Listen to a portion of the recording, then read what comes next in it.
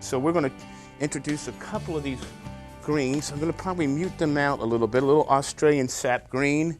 I've got the Australian olive green, a little hooker's green, and then Australian yellow green. I'm going to have all four of those introduced to in some regard in this painting.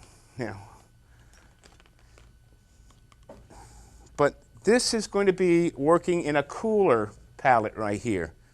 A 75-25 ratio is what we're really looking for.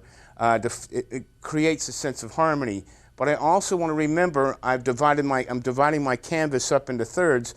So I'm going to look at one of these intersections. Think of a big tic-tac-toe on this canvas. And that's where I'm going to actually work in that other palette color. So I'm going to introduce a little green here. And it is a bright complement to that red too. But just something to kind of just break up a little bit of space, create a little more interest.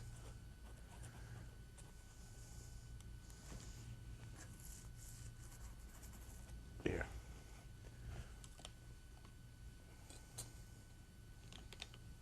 Let me get a clean brush here.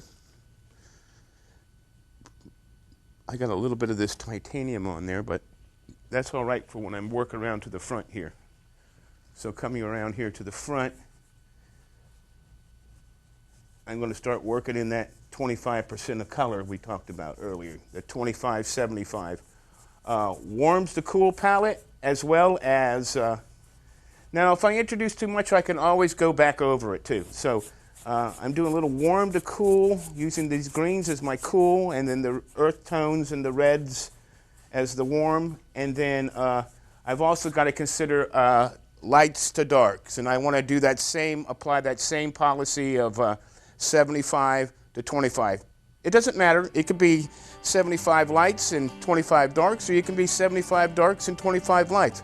But try to stay in that ratio 75-25. It seems to really work well with the abstracts.